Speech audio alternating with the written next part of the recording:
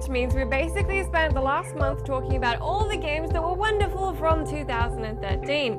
I'm not going to do that today since this is my show, and what I really want to talk about is 5 games from 2013 that just really sucked. My name's Jess McDonald and this is The Gist.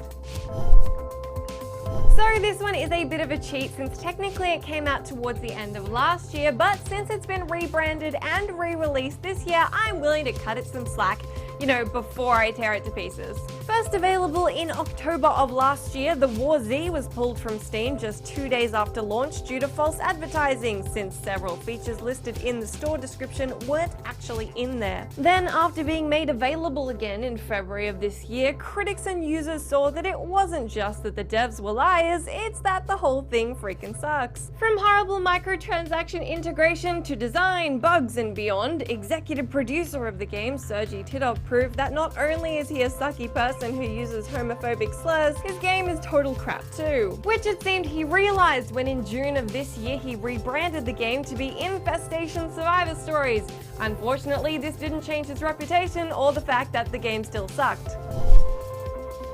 The War Z was not the only game that got dropped from Steam though, as Ashes Cricket 2013 also shared that high honor, though it doesn't look like it'll be returning. After less than a month of being officially out, this game has already been regarded as one of the worst games of all time. Seriously, that's almost impressive. Ashes Cricket seems to have achieved this through having as many bugs as it has cricket balls, awful graphics, straight up non-functioning gameplay, and the power to bring shame to all of 505 Games who have pretty much abandoned their Twitter feed.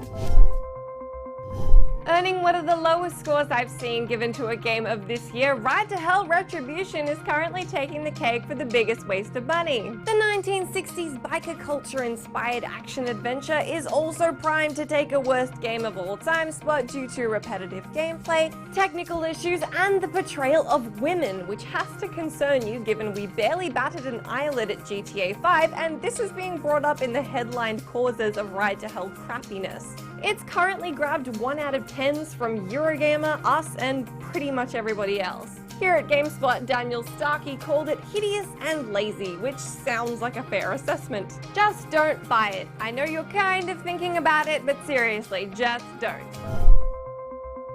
Next up is an Xbox One game which will be doing the opposite of system selling because the fighter within is simply terrible. The best laid example of why playing fighters with the Kinect still sucks, the motion control brawler fighter within not only wants you to look like an idiot by throwing punches near your TV, but it's also planning to mock you as you do so by making you punch to use menus and refuse to translate your motion to screen at random intervals. Beyond that, the animations are lazy, the story is crap, and the protagonist will bore you to tears. The dialogue does almost get to a point where it feels like watching a B-grade horror film, and it's almost so bad that it's good, but then it's not. I'm taking this dinosaur and I'm out of here. Probably a good gag gift for someone you don't like very much, but other than that, I would stay far away from this one.